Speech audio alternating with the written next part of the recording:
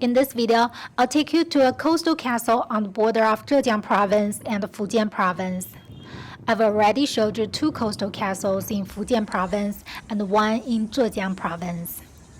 In this second Zhejiang castle, let's look for the similarities and differences between this castle and the castles we've seen before. Also, I'll continue the history behind those castles. In the 17th century, all coastal residents were forced to leave their home. The coastal castles went empty. The coastal regions became no man's land. The Puzhuang Castle is the southernmost castle constructed by Tang He along the east coast of China around 1387. It was called the Pumen Castle until it was combined with the adjacent Zhuangshi Castle. Due to its disadvantageous location, that castle was breached by pirates many times since its construction. It was finally abandoned, and the troops inside were moved into the Pumen Castle, which was renamed the Puzhuang Castle. All coastal castles were fortified many times after they were constructed.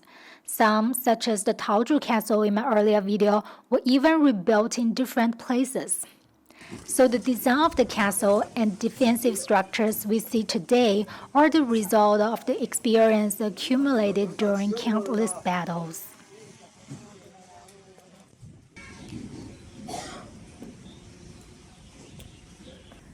The stairway to the castle wall is near the castle gate. This is a common rule.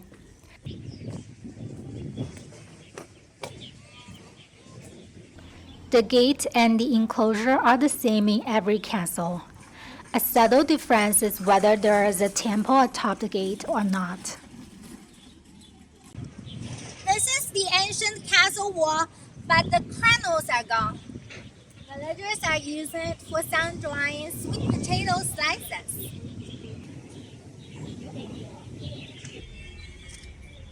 This is not the original status of the castle wall, which should consist of the outer wall, the cradles, and the tracks for soldiers to mobilize and supplies to be transported.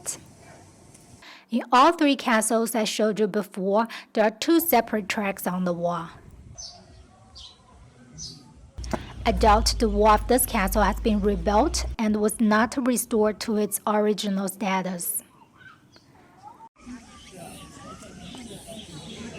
This tree on the wall is 165 years old. From the fact that a tree can be grown on the castle wall, we know that the wall is not made of pure stone. It is rammed earth inside.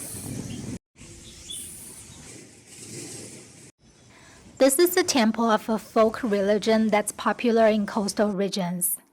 The coastal castles probably have the highest density of temples in China.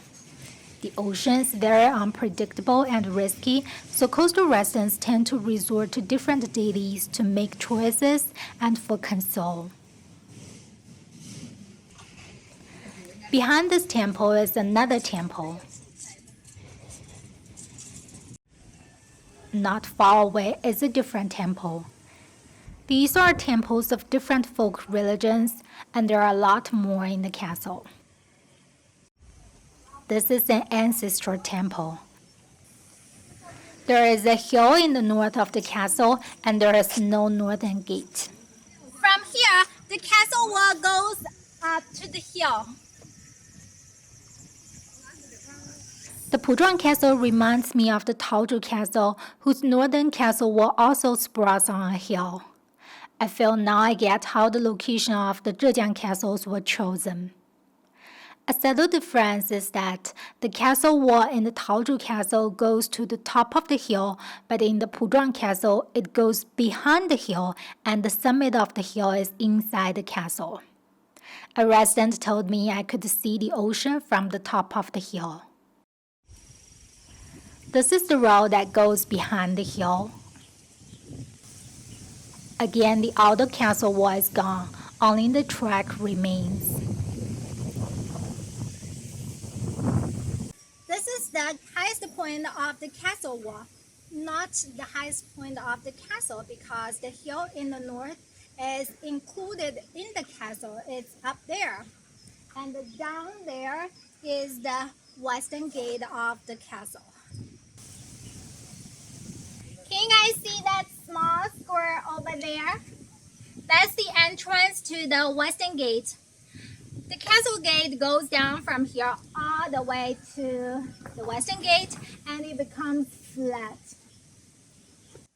The slope is so steep that I didn't dare to go down it. I decided to go to the top of the hill to see the ocean.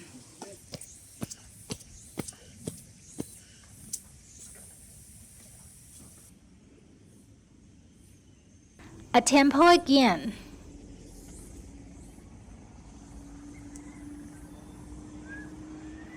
The ocean is behind the mountain. Let me zoom in. Now can you see the ocean and the ships?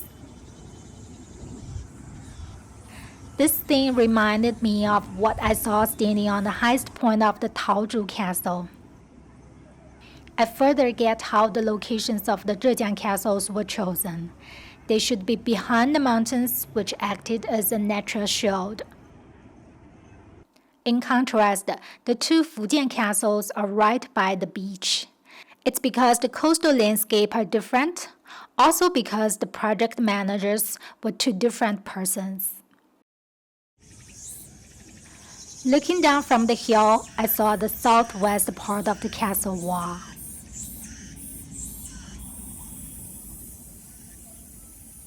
By going up to the top of the hill and then down to the center of the castle, I bypassed that steep slope.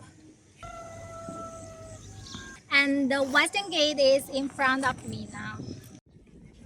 Sounds very easy and relaxed, but let me show you what really happened. I went to the top of the hill where there is a pavilion and then chose a different path to get down the hill. I arrived at the big playground, which I saw the first time in a coastal castle. I tried to keep walking towards the west, but the castle is like a maze. Some roads hit dead end. Even when I saw the western castle wall, I couldn't find the road to access it. At the end, two residents directed me to the main road. Here is the western gate.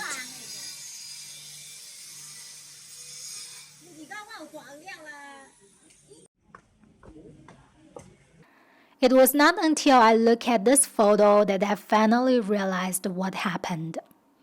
The path from the pavilion down bends here, and the playground is actually in the east, not in the center as I thought. It's pretty far from the western gate, so I got lost in the confusing network of roads. The coastal castles were designed like a maze so that even the pirates break into the castle, they would get lost while troops inside could organize counterattacks. Usually, there are two main roads in the castle, but even the main roads are not straight. An easy way is just walking on the castle wall. In the southwest corner of the castle, there is a school. This is the southern gate. The ocean is behind the mountains as I've shown you up in the hill. The Puzhuang Castle has a moat around it, just like the Taozhu Castle. It might be a common thing for Zhejiang castles, but there's none in the two Fujian castles I visit. Do you remember what this structure is?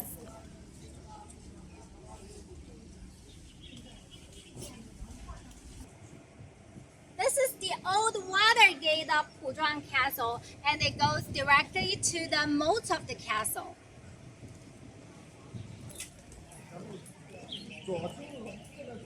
Both Zhejiang province and Fujian province have mountainous landscape. Supplies were difficult to be shipped via land. They were usually shipped from the ocean to the castles. A water gate is said to be a gate for vessels. But there's no canal in the castle. I don't know how the vessels could go inside. Next to the water gate is the drainage of the castle. Up on the ridge of the mountain are very important structures related to the castle. There are the beacon towers. They look like this. They scatter on the mountains along the coast, especially around the coastal castles, and consisted of the signaling system. When pirates spotted, a white flag would be raised. If it's a smoggy day, smoke would be set. The intelligence would quickly be sent to the troops inside the castle. If you watched my videos about the Great Wall of China, this should look familiar to you. There are beacon towers along the Great Wall as well for the same purpose. In earlier videos in this series, I talked about the history of the coastal castles. They were constructed in late 14th century against Japanese pirates. Meanwhile, the sea ban was issued. Fishing out of certain range and conducting private foreign trade became illegal. It drove displaced Chinese fishermen and merchants into piracy. In the 16th century, the sea ban was partially lifted, but another one was waiting for the coastal residents. In the 17th century, the nomadic Manchu people from present-day northeast China bridged the Shanhai Pass and conquered Beijing. They established the Qing dynasty. For most Chinese living during that time, it was not just a change of government, it was a nomadic invasion. The Manchu people encountered strong resistance, especially from the coastal region. A group of the defiants moved to the Taiwan island and made Taiwan their base. They relied on income from maritime trade and food and necessities from the coastal regions. What did the Qing imperial court do? Embargo. Therefore, a new sea ban was issued, and it was the most strict one. It was actually called the Evacuation.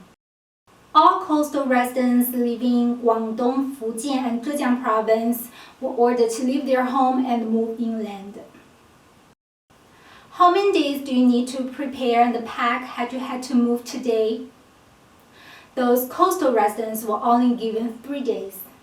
Some even had to leave immediately. And there were no houses in the designated places waiting for them. They had to start from scratch. 20 years later, Emperor Kangxi of the Qing dynasty defeated the troops in Taiwan Island. About another 10 years later, the coastal residents were allowed to move back. So for 30 years, all the coastal castles were empty, and all the coastal regions became no man's land. Chinese people are very resilient. When the coastal residents who survived the evacuation moved back, life continued, and in some coastal castles, prospered. In my next video, I'll take you to a coastal castle in Zhejiang province, which in the Qing dynasty became a prosperous commercial town. The structures related to coastal castles are pretty much gone. Instead, you'll see various stores in the Qing dynasty, such as a cloth store, a drugstore, a draft bank, etc. You also see the dark side of this history, an opium house. I'm Yan Yan. I make videos about sites of interest in China and histories and stories behind them. Subscribe to my channel. I'll see you next time.